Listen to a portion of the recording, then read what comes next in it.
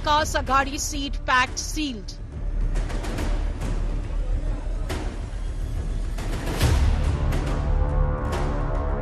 But seat sharing tussle far from over.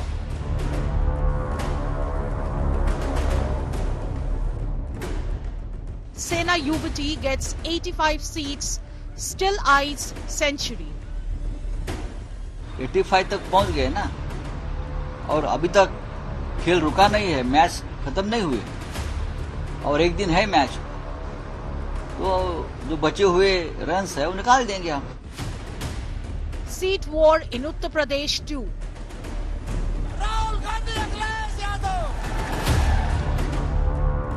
Congress's complete surrender to Samajwadi party.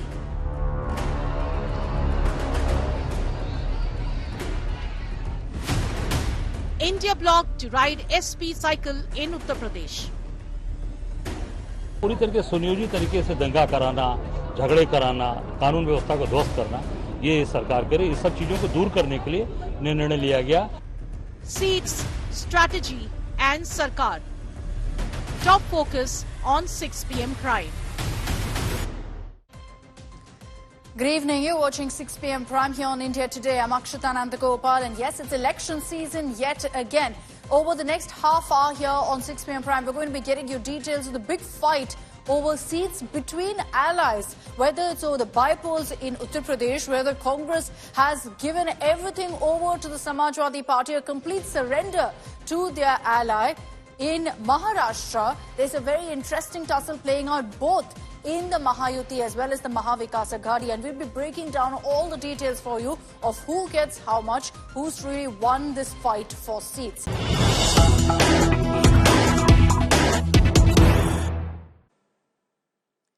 And let's begin with all the updates that we're getting you on the meeting that's happened in the national capital among the Mahayuti allies at Home Minister Amit Shah's residence. Devendra Fadnavis, Eknath Shinde as well as Ajit Pawar have gathered, and all differences that were there between the Ajit Pawar camp and the BJP have reportedly now been ironed out. Sources have said that some middle ground has been reached. The BJP will even vacate some seats to make way for the NCP to accommodate them as well. Besides that, even Eknath Shinde has agreed to allot a few of their seats to the NCP. Now, we don't know exactly what the formula is, but what we're hearing right now is that Ajit Pawar and BJP, Ajit Pawar and the Eknath Shinde, Shiv Sena, all of the differences there have been buried now after they've come together for a marathon meeting at Home Minister Amit Shah's residence. Let me bring in Aishwarya Paliwal, who tracks the BJP for us very, very closely. Aishwarya, what are you picking up from your sources? What was the discussion really like? Were there any heated moments? Because for now, the information we're picking up is that all differences have been put aside.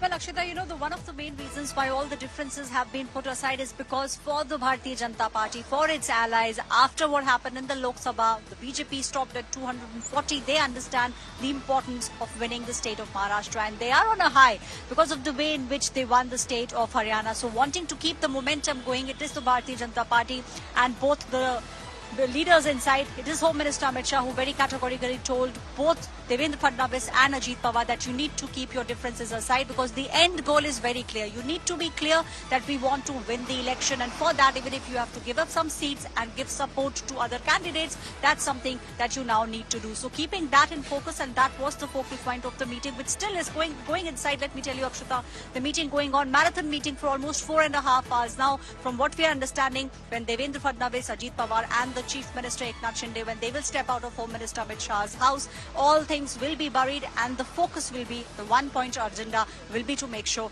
that it is the Mahayuti that wins the upcoming Maharashtra election. 4.5 hours. Aishwarya tells us 4.5 hours and counting.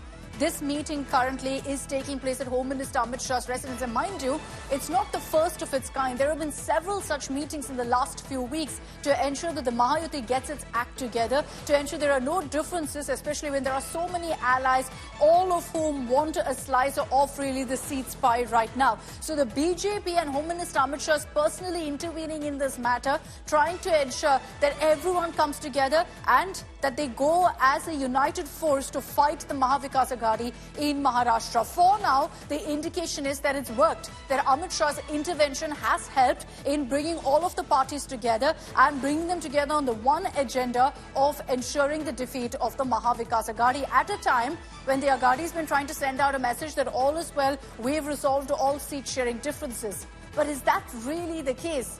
The Mahayuti and the Maha Vikas Aghadi both seem to be plagued by the same problem, that every party involved in these alliances want more than they are getting at this point. Even in the Maha Vikas Aghadi, they've come up with a formula of 85. The Congress will fight on 85 seats, the Uddhav Sena will fight on 85 seats, and so will Sharad Pawar's NCP.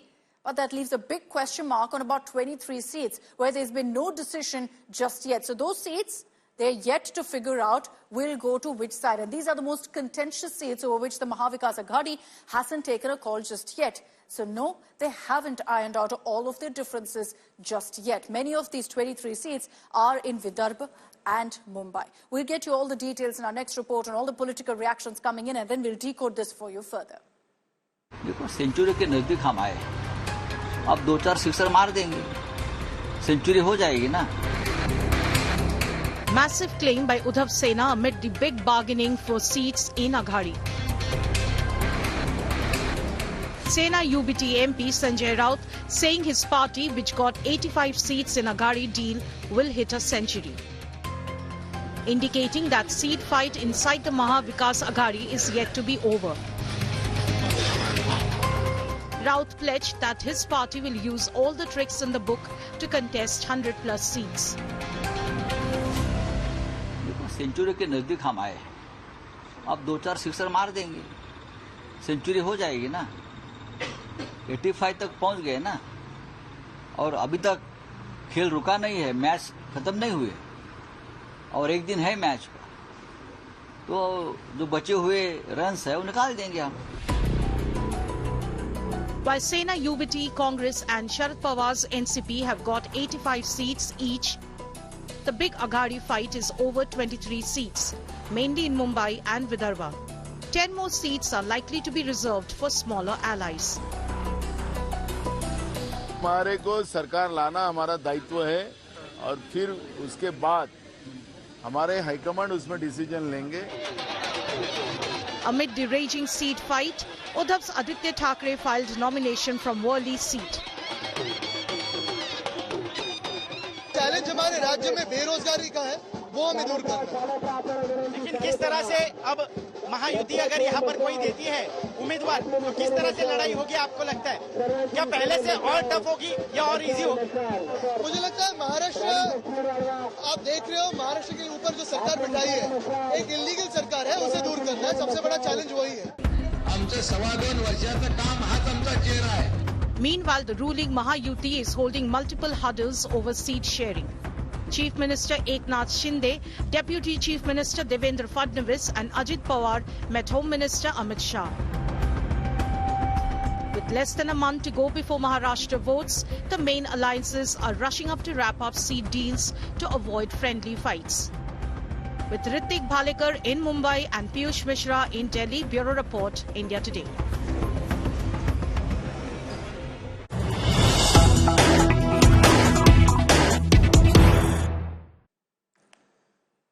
We're getting more information on the Mahayuti seat-sharing discussions that are underway at Home Minister Amit Shah's residence. Here's what sources are telling us. The BJP has raised their concerns over a couple of names being put up, including Nawab Malik, considering, of course, the charges against him and the fact that he served a jail term in many cases. That's why the BJP has made it very, very clear that they are against Nawab Malik. Remember, Nawab Malik was in contention to be a candidate from the NCP, but the BJP has put their foot down, saying that this is not acceptable to us, and it looks like Ajit Pawar has also given in on this. This is the middle ground that we were talking about earlier, where some demands by Ajit Pawar's NCP have been accommodated and some demands put forth by the BJP have also been accommodated. So the likes of Nawab Malik not going to make it into the candidate list, it looks like. Sahil Joshi is joining us live from Mumbai with more details on this. Sahil, good evening. Get us details of what really you've picked up from your sources in the Mahayuti meeting that's underway. We're hearing the likes of Nawab Malik, who the BJP was opposing tooth and nail, will not make it to the candidate list, and Ajit Pawar has agreed. Well, Ajit Pawar has definitely agreed that Nawab Malik will not be a candidate on his ticket, because Nawab Malik was planning to contest from Shivaji Nagar Mankhurd constituency from Mumbai against Abu Asim Azmi of Samajwadi Party by leaving his own seat for his daughter. So the BJP has made it very clear that they do not have any problem with his daughter, but putting him as a candidate would be completely a no-no. Because it's Nawab Malik whose arrest, after his arrest by the Enforcement Directorate in 2022, after that the BJP and Eknath Shinde had made it quite a big issue that how about Nawab Malik, and after Ajit Pawar switching over to Mahayuti, that issue remained contentious. Devendra Fadnavis had written an open letter to Ajit Pawar not to allow Nawab Malik to be part of NCP's Ajit Pawar, but that seems had not happened. But now finally they have blocked his official ticket from NCP Ajit Pawar. But it looks like that Nawab Malik will anyway contest from the constituency, and NCP Ajit Pawar will not field any candidate from there. But on the other hand, there are multiple things what we are hearing from Mahayuti. There are 4 seats on which the Eknath Shinde's Shiv Sena has objected the candidates given by the BJP, and all these seats come from Eknath Shinde's bastion, the Thane district, specifically Sulabha Gaikwad. She's a wife of Ganpat Gaikwad, the BJP's sitting MLA, who is right now in jail for on the charge of firing on Eknath Shinde's official, party official in the police station. The other candidate is Sanjay Kelkar, who is another BJP sitting MLA from Thane Assembly constituency, who had spoken against the Thane Municipal Corporation, the possible corruption in Thane Municipal Corporation, which was run by Eknath Shinde and his people. So, there are a couple of names on which the BJP has objected. On the other hand, the BJP, Shiv Sena has objected. On the other hand, the BJP has also objected to giving a ticket to encounter specialist Pradeep Sharma's wife, who is likely to contest on Eknath Shinde's Shiv Sena's ticket from So have those differences also been resolved, Sahil, over these issues that the Shiv Sena and the BJP have raised? What Amit Shah has now finally told them to solve these issues, but to ensure that there should not be any rebellion against the Mahayuti candidate, number one. Number two, he has also directed Eknath Shinde's Shiv Sena as well as BJP as well to leave certain seats to NCP Ajit Pawar, because in the seat sharing, Ajit Pawar's pie was not going beyond 52, and he wanted at least 57 seats to be fought, and that's why he, Eknath Shinde will have to give up certain seats for Ajit Pawar's party, as well as BJP will give up 1 or 2 seats for Ajit Pawar's party. So finally, the seat sharing formula is still being worked out. There will be final discussion soon, and it is likely that by tomorrow there is BJP's final list will come up in run up to election, because from today onwards the nomination process has begun. So there is a hurry to complete seat sharing. So announcement likely tomorrow. Sahil, just stay with me. I want to also talk about the other alliance, the Maha Vikas Aghadi.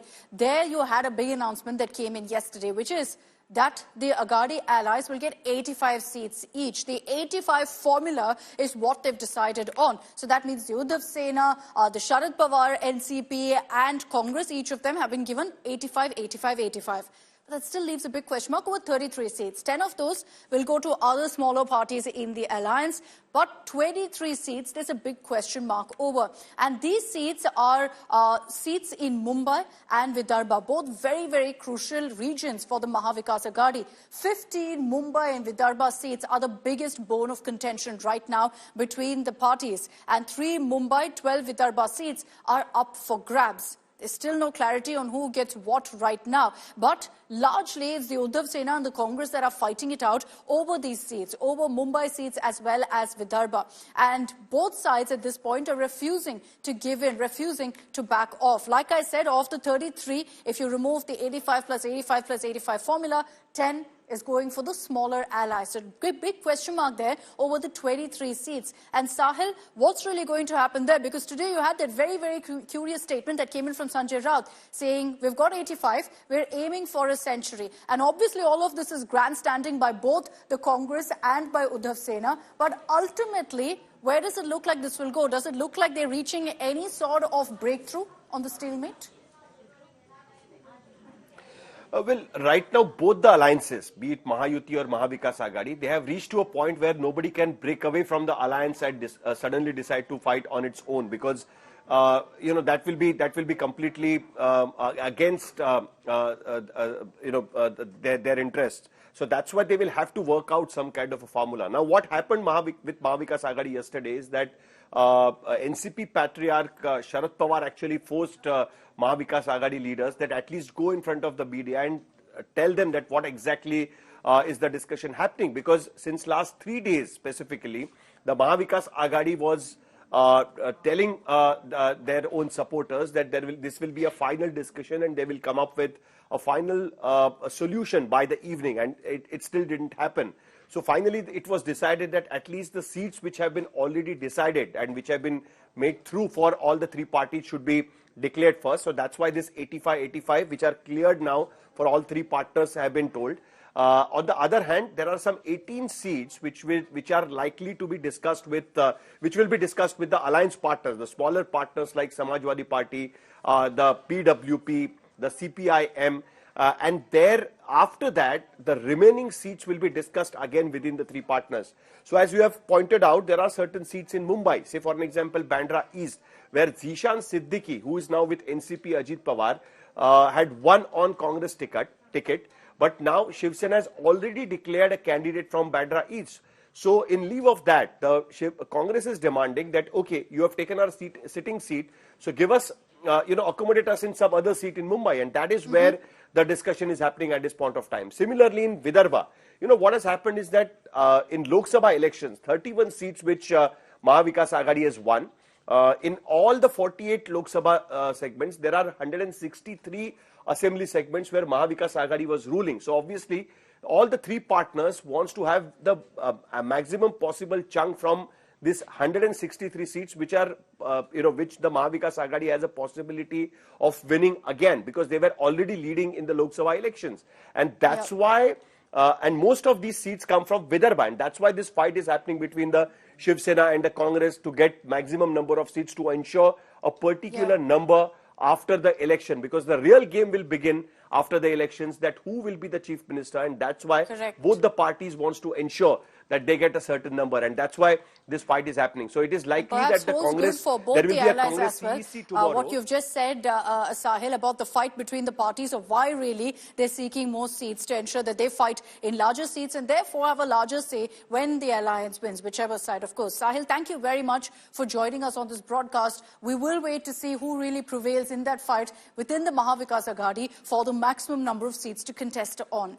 But it's not just Maharashtra. In Uttar Pradesh too, there's been a very interesting fight over seats for the upcoming by-polls. And it's been hugely embarrassing for the Congress. They've been negotiating and negotiating for the last many days with the Samajwadi Party, but they haven't managed to prevail. It's been a complete surrender to Akhilesh Yadav. They keep talking about the UP ke ladke. It's very clear who the big brother is here. It's Akhilesh Yadav. The SP has made it very clear that they will contest all 9 seats under their own symbol, under the bicycle symbol. So there will be absolutely no appearance by the Congress in any of these seats in the by-polls. Interestingly, this comes after the SP actually rejected the Congress's demand. The Congress wanted 5 seats. The SP said no way. The Congress said, okay, give us some specific seats. SP said no way. So finally what happened? Congress buckled and said, we will not fight, you go ahead and fight. Does that mean that there is some difference that's broken up between the SP and Congress?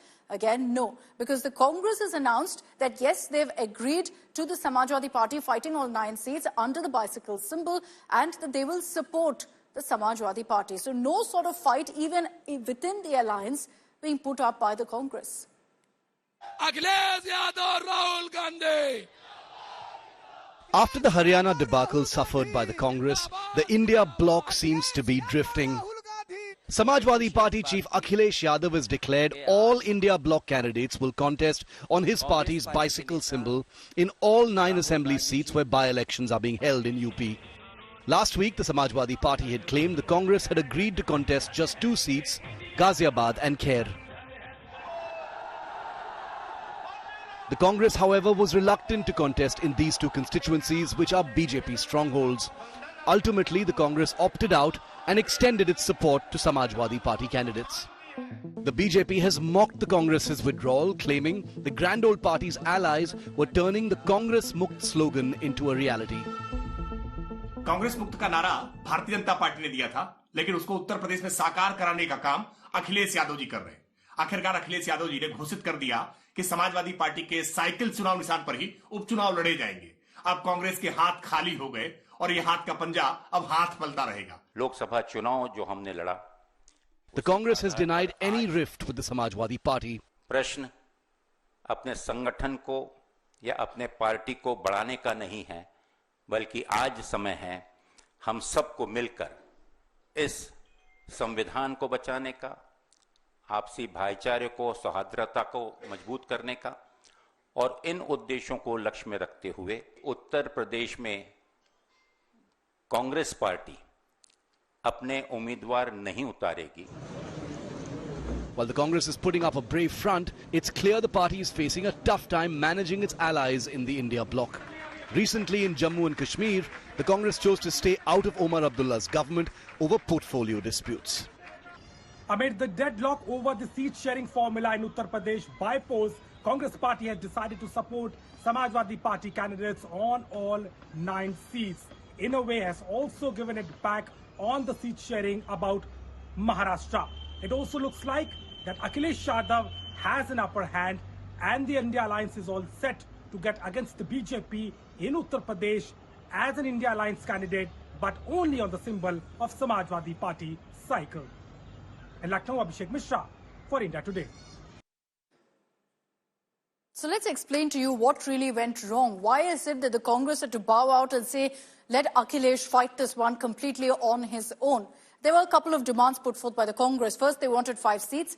Akhilesh, SP said no way. Then there were some seats where there were differences. First, over Ghaziabad constituency. This was offered by the Samajwadi Party to the Congress. They rejected it because it's a BJP stronghold. They barely stood a chance. So most of the experts believe that this is a safe seat for the BJP. So the Congress rejected it, saying we can't put up a fight, so we don't want this seat. Similarly, with the Khair constituency too, again a BJP stronghold. This seat too, Akhilesh Yadav said you're free to fight on this seat and offered it to the Congress. The Congress rejected it, saying we don't want to fight on these 2 seats. So Ghaziabad and Khair, they rejected. And this was the final formula, which is why they said, we'd rather you fight all of the seats. We don't want these 2 in particular. Now, the other seats that the Congress wanted was the Phulpur constituency as well as the Mirapur constituencies. These seats were sought by Congress. They said, let us put up our candidates in these 2 seats. But the Samajwadi Party rejected this particular request, put their foot down. They said, we've already decided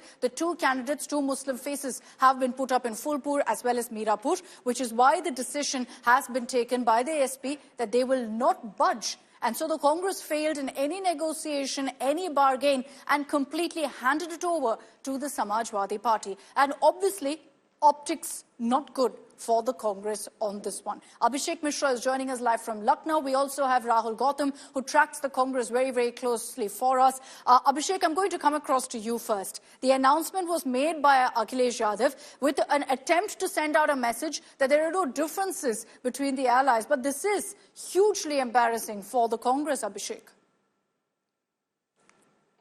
Well, there are 2 different things, related to this whole story. One, Akhilesh Yadav not giving seat to Congress party in a way has proven enough that the ground and the grip is more with him. And that is why if it is an assembly post, it has to be a Samajwadi candidate because the performance, the vote share and the kind of hold the party has is more important.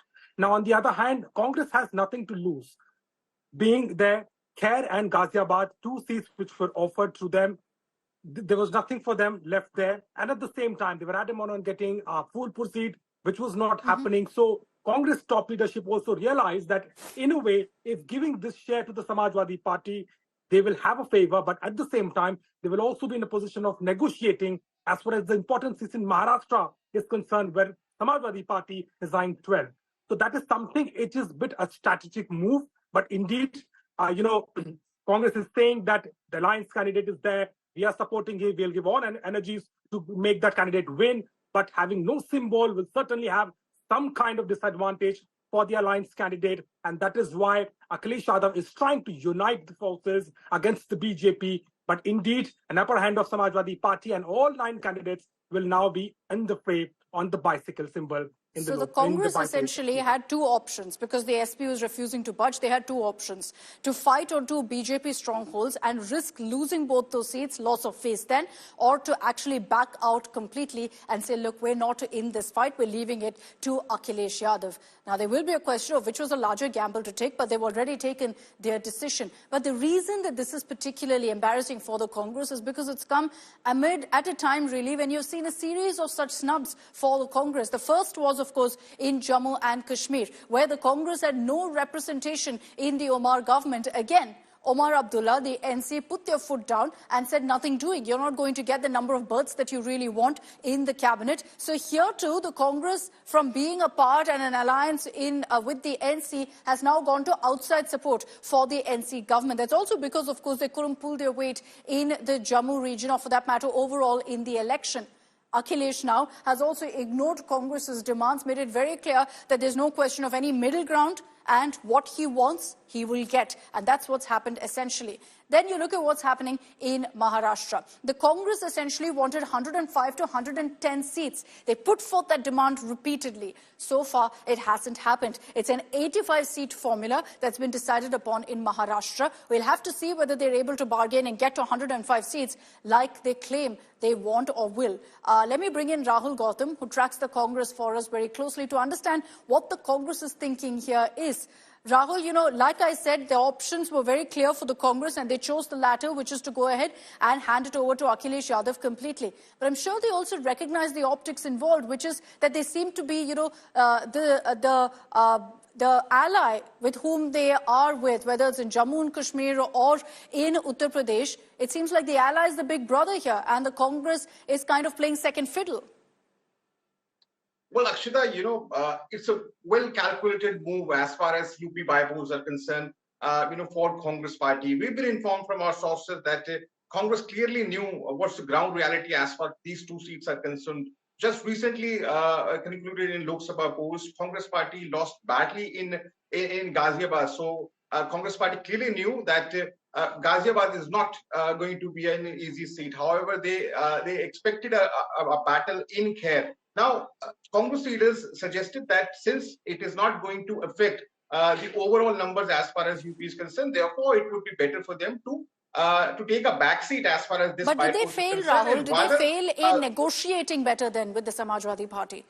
Absolutely, absolutely. They wanted to contest from Naved constituency, and in fact, they were also seeking, Phulpur constituency, saying that it has a long relationship with Gandhi family, but even as they were discussing this matter, the Samajwadi candidate from Phulpur constituency went ahead and filed his nomination. So you can say this was the state of affairs as far as UP is concerned, that they were completely ignored their their concerns and whatever demands they were making as far as Samajwadi Party is concerned. And clearly, Akhilesh Yadav is real boss as far as UP is concerned, and therefore it is also reflecting in the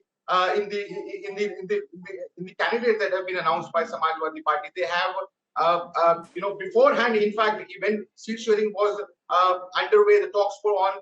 By that time, Samajwadi Party had already declared 6 seats. So this was a clear strategic move by the Samajwadi Party, and clearly a calculated move taken by Akhilesh Yadav, knowing full well, perhaps, that there'll be no fight back from the Congress, which is why today now you have them holding press conferences saying, look, we're okay with the decision. We will back the Samajwadi Party, instead of pushing back on their own ally and saying, we want to ensure we fight this election on our terms. That most definitely didn't happen in Uttar Pradesh. Thanks very much, Rahul. Thanks, Abhishek, for joining us with all of the details of what's really happening in the UP by-poll as well. So it's essentially an SP versus BJP battle, an SP versus NDA battle, at least, in the by-poll in Uttar Pradesh, which we will, of course, track very, very closely.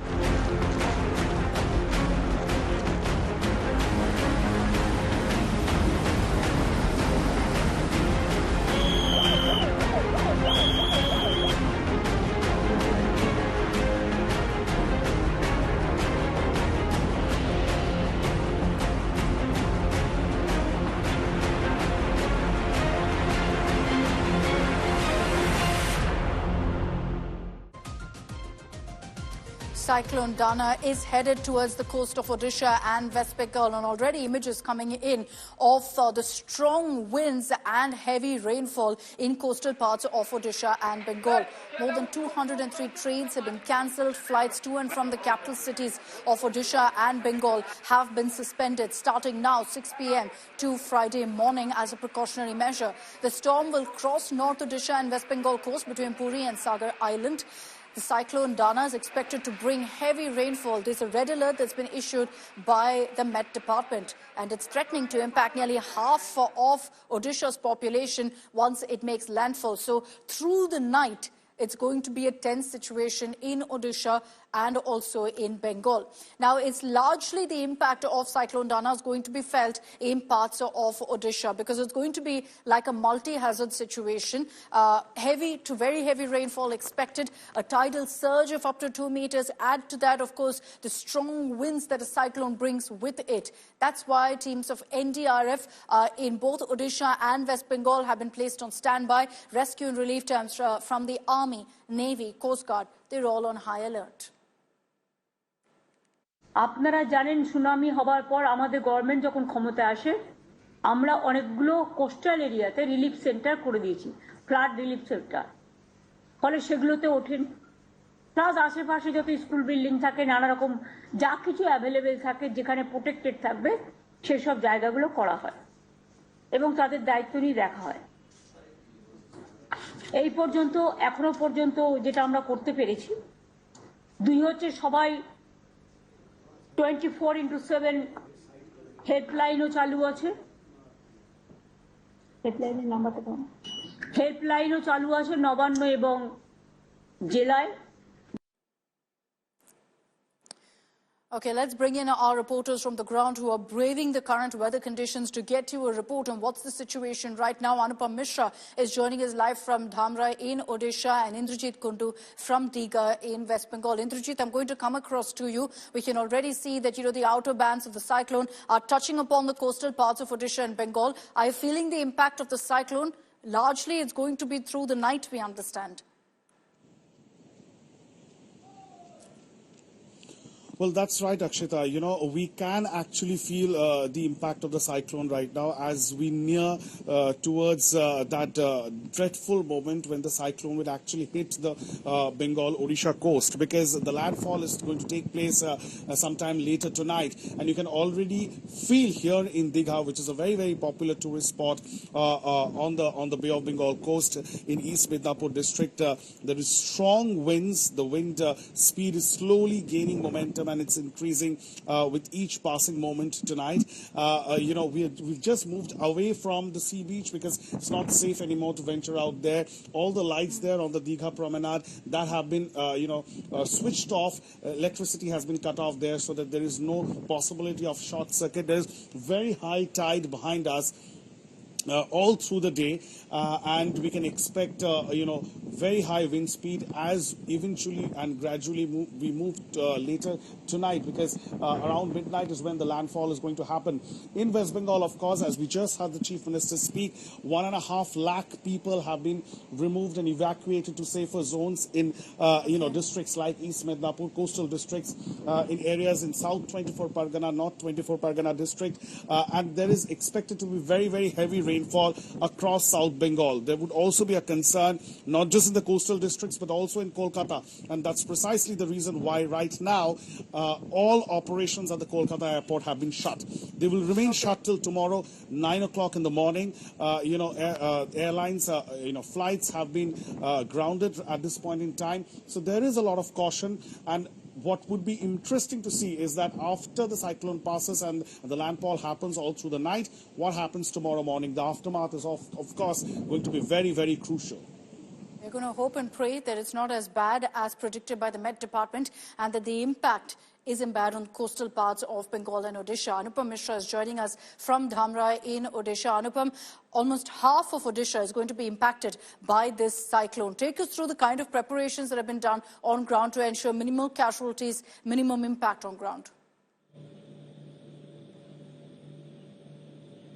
Well, Akshita, it's a lull before the storm at present, before the strong winds which we were experiencing since the morning have been reduced at present, and it may be that a vacuum has been created before the landfall, because we know that the landfall is set to take place around midnight, and it'll go on for several hours till wee hours of the morning. And every strategic location the teams have been placed, like NDRF and State Disaster Management, police, every strategic point has been covered, and so far we know that almost 3 lakh people have been evacuated from these coastal areas. And according to Met Department, the landfall will impact most the Dhamra port, where I am standing, and between Dhamra port to Bhitarkonika, that is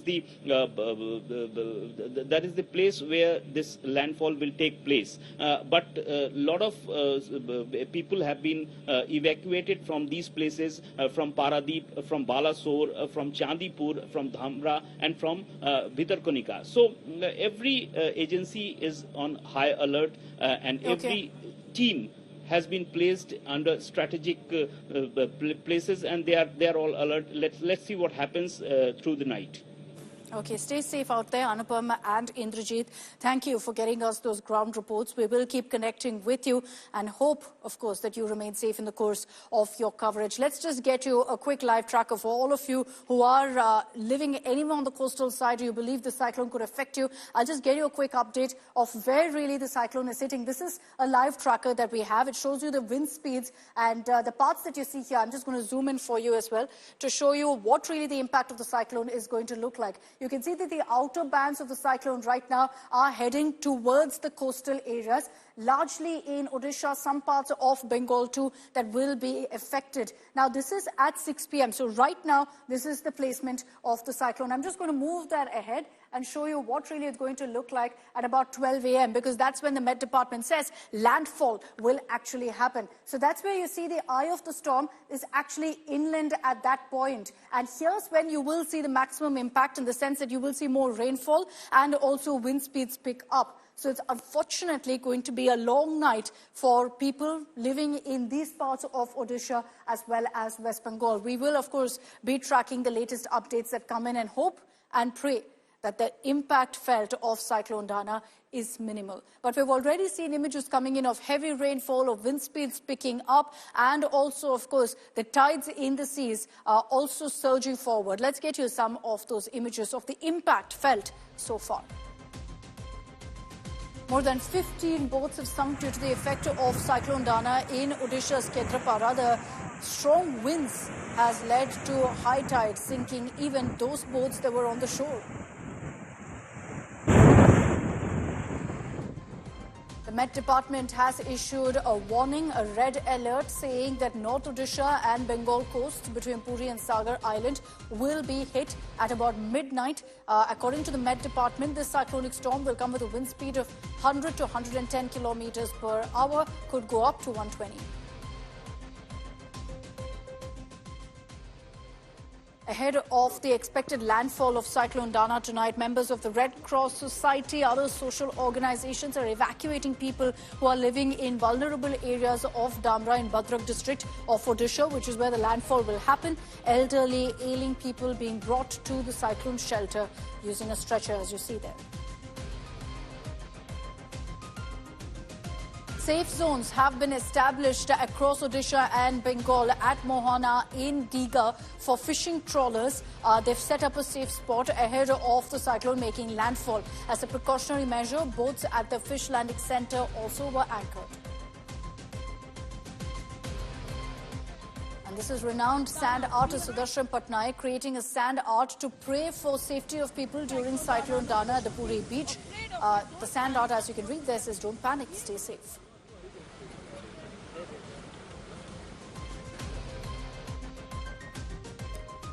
And our reporters are on ground getting you every update on Cyclone Dana, as it's expected to make landfall at about midnight, at about 12 a.m.